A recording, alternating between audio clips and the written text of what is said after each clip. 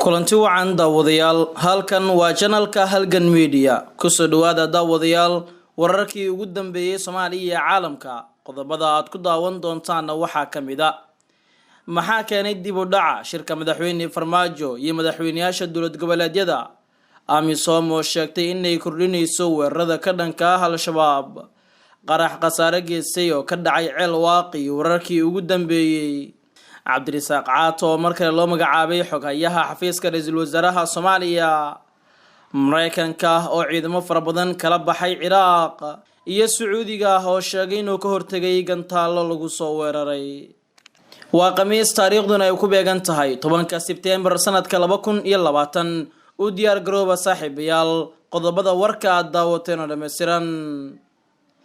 maxaa keenay dib u dhaca shirka madaxweyne Farmaajo iyo madaxweynayaasha dowlad goboleedyada dalka wararka laga helayo madaxtooyada Soomaaliya ayaa sheegaya inuu dib u dhac ku yimid shirka uu iclaamiyay madaxweyne Farmaajo ee u dhaxeeyay dowladda federaalka dowlad goboleedyada iyo gobolka Banaadir wararka uu halgan helayo ayaa sheegaya in dib u dhaca ay la xiriirto arrimo ka dhex jira maamul goboleedyada dhexdooda kadib markii shalay shirkii Baydhabo ay si adag dhaliil loogu jeediyay Axmedoobe iyo Siciidani iyo arrin laga rabo madaxtooyada inay fuliso ka hor shirka inta uusan furmin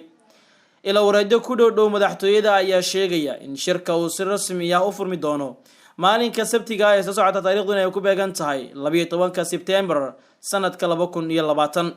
dhinaca kale wararka laga helayo kulan maanta duhurkii dhaxmaray madaxweyne Farmaajo iyo madaxweyne Axmed Madoobe ayaa sheegaya in wali uu taagan yahay arinta gedo oo Jubbaland ku doodayso in la bilaabo tallaabooyinkii koobaad ee xalka gaarista arinta gobolka gedo oo kamid ahaa caqabadihii ku horgudbanaa shirkii saddex geesoodka ahaa ee la filayay inay yeeshaan madaxweyne Farmaajo Siciidani iyo Madoobe madaxda dowlad goboleedyada ayaa dhamaantood ku sugan magaalada Muqdisho ee caasimadda Soomaaliya waxaana baaqatay casharaf uu madaxweyne Farmaajo ku marti qaaday hogaamiyaasha dowlad goboleedyada dalka AMISOM ayaa sheegtay inay kordhinayso weerarada ka dhanka ah dagaalyahanada Al-Shabaab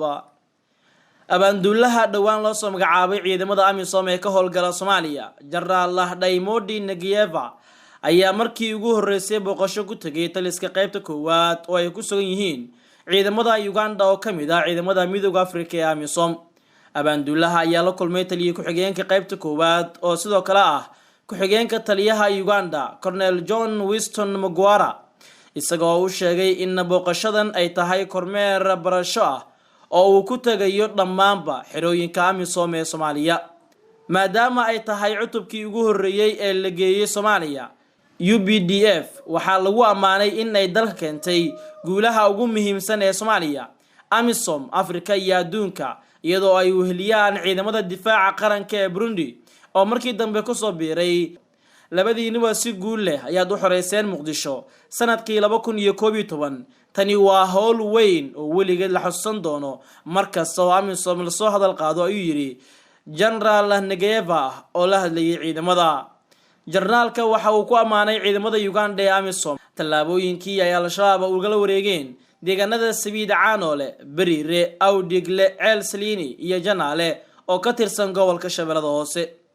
ciidamada Uganda ayaa waxay ka mid yihiin ciidamada ugu badan ee ka tirsan AMISOM kana howlgala Soomaaliya waxaana ay ka qayb qaataan dagaalka ka dhanka Al-Shabaab iyagoo fuliyay howlgallo lagu la wareegay deegaano dhowra qarax qasaare geysay ayaa ka dhacay ceel waaqi iyadoo warar kala duwan ay ka soo baxayaan faahfaahinno kala duwan ayaa waxaa laga helayaa qarax qasaare geysay oo barqanimadii maanta ka dhacay qaybo kamid ah degmada ceel waaq oo ka tirsan gobolka Gedo ee koonfur dalkan Soomaaliya wararka ayaa sheegay in qaraxa uu ahaa nooca minada dhulka lagu aaso wuxuuna ka dhacay maqaayad ku taala bartamaha magaaladaasi inta la xaqiijiyay waxa qaraxaasi ku dhintay ugu yaraan 2 qof iyadoo ay ku dhaawacmeen ku dhawaad 5 kale sida ay xaqiijiyeen dad goobjoogayaal sidoo kale wararka ayaa intaasi ku daraya in xilliga uu dhacay qaraxa ay maqaayada ku sugnaayeen ciidamo ka tirsan kuwa dowladda Soomaaliya sidoo kale waxa goobta gaaray ciidamo ka tirsan kuwa ammaanka degmada Ceelwa kuwaas oo baaritaano kooban ka sameeyay halkaasi ilaa iyo hadda ma jiro wax hadal oo ka soo baxay maamulka degmada oo ku aadan qaraxaasi qasaraha dhaliyay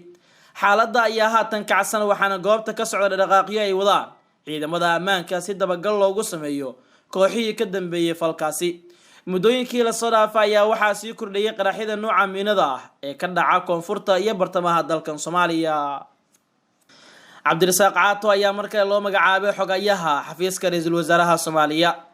Cabdirasaaq Xuseen Aadan Caato ayaa markale loo magacaabay xogayaha joogtada ah ee xafiiska ra'iisul wasaaraha kadib warqad ka soo baxday xafiiska kusimaha ra'iisul wasaaraha dalkan Mahdi Maxamed Guuleed Qadar. Sihayaha ra'iisul wasaaraha dalkan ayaa sidoo kale xilkii ka qaaday xoghayihii hore Cabdiraxmaan Sheekh Mucaawiye oo xilkaasi hayay muddo 40 cisho ah kadib markii la eriyay Cabdirasaaq Caato oo haddana mar labaad dib loogu soo celiyay xilkaasi.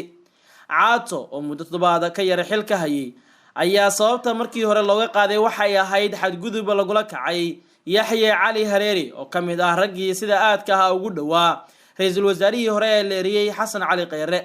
tan iyo markaas waxaa jahwareer xoogan ka taagnaa xafiiska ra'iisul wasaaraha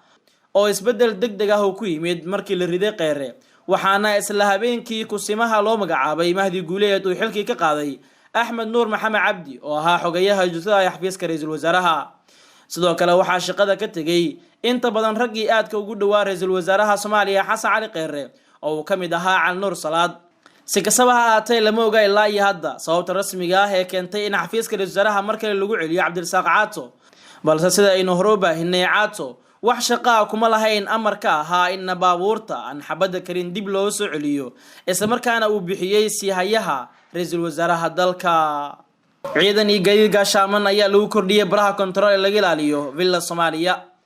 amniga madaxtooyada Soomaaliya ayaa si weyn loo adkeeyay iyadoo toddobaad gudihiis laba qarax oo mid ismidaamin u yahay iyo mid kale oo miino jawaan lagu soo qoriyay ka dhacay xayndaabka laga ilaaliyo Villa Soomaaliya. marka laga soo tago madaxtooyada oo hooy u ah madaxweynaha labada gudoomiye ee baarlamaanka aqalka sare iyo golaha shacabka sida caadiga ah hadda waxa uu heliyaa oo degan madaxda goboleedyada Puntland iyo Jubbaland oo marti ku ah magaalada Muqdisho. ciidamada baraha kontarool ku sugan oo la kordhiyay kana dhigay gaadiidka gaashaaman ayaa haddana waxaa jira in dadka lugeynaya ee isticmaalaya wadooyinka madaxtooyada hormara la weydiinayo cadeymo ID card iyo sidoo kale halka ay u socdaan. dad badan oo qaarkood hooy u ah xayndaabka madaxtooyada ayaa dib ku qaba marka ay wax dhacaan amarada degdega ah ee la soo saaro oo ugu horeyso in shacabka loo diido inay maraan wadooyinka madaxtooyada ku hormara iyo in ay deegaanadooda galaan marka ay wax dhacaan oo ID la weydiiyo. ruux isa soo miidaamiya ayaa shalay gelinkii dambe soo qarxiyay maqaaxi lagu magacaabo Blue Sky oo ku taala bar control oo laga ilaaliyo madaxtooyada, waxaana halkaas ku dhintay 2 sargaal oo ka tirsan ilaalada madaxtooyada iyo 2 qof oo shacab ah oo mid caseeyo uu ahaa. gudoomiye Shuutana waxa uu ka digay isku dhacyada dhexmara ciidanka dawladda. maxkamadda ciidamada qalabka sida ee Soomaaliya ayaa digniin culus ka saartay dagaalada dhexmara ciidamada ka wada tirsan dawladda ee ka dhaca gobolada dalka iyo gobolka Banaadir kaas oo qasaaro ka soo gaaray shacabka. gudoomiyaha maxkamadda ciidamada qalabka sida ee darajada koowaad Xasan Cali Nuur Shuute ayaa sheegay in dadka shacabka ah aysan mudnayn in dushooda lagu dagaalamo isla markaana ay ka badbaadaan gacanta ciidamada. isagoo ku sugan gobolka Gedo ayuu sheegay in marnaba aan la aqbalin in saraakiisha ciidamada dawladda ee Gedo iyaga oo jooga in ay ciidamada dagaalamaan, waxaana uu sheegay inay tallaabo ka qaadi doonaan askartii ku dagaalantay degmada Beled Xaawo ee gobolka Gedo. Muqdisho iyo qaar ka mid ah gobolada dalka ayaa waxaa ku soo laabtay isku dhacyada ciidamada dawladda dhexdooda ah, waxaana inta badan qasaare ay ka soo gaartaa dadka shacabka. ugu dambeyntiina Sacuudiga ayaa sheegay inuu ka hortagay gantaalo lagu soo weeraray. isbaysiga Sacuudiga hogaamiyo ee dagaalka ka wada dalka Yemen ayaa maanta oo Khamiis sheegay in ay hawada ku burburiyeen gantaalo Xuutiyiinta Yemen oo ku soo tuureen magaalada Najraan ee Sacuudiga sida ay sheegtay wakaalada wararka SBA. subaxnimadii hore ee Khamiistii isbaysiga waxa ay sheegeen in ay burburiyeen diyaaradaha aan duuliyaha lahayn oo qaraxyo lagu soo xiray kuwaas oo kooxda Xuutiyiinta ku soo ganeen jihada magaalada Sacuudiga ee Najraan dhacda.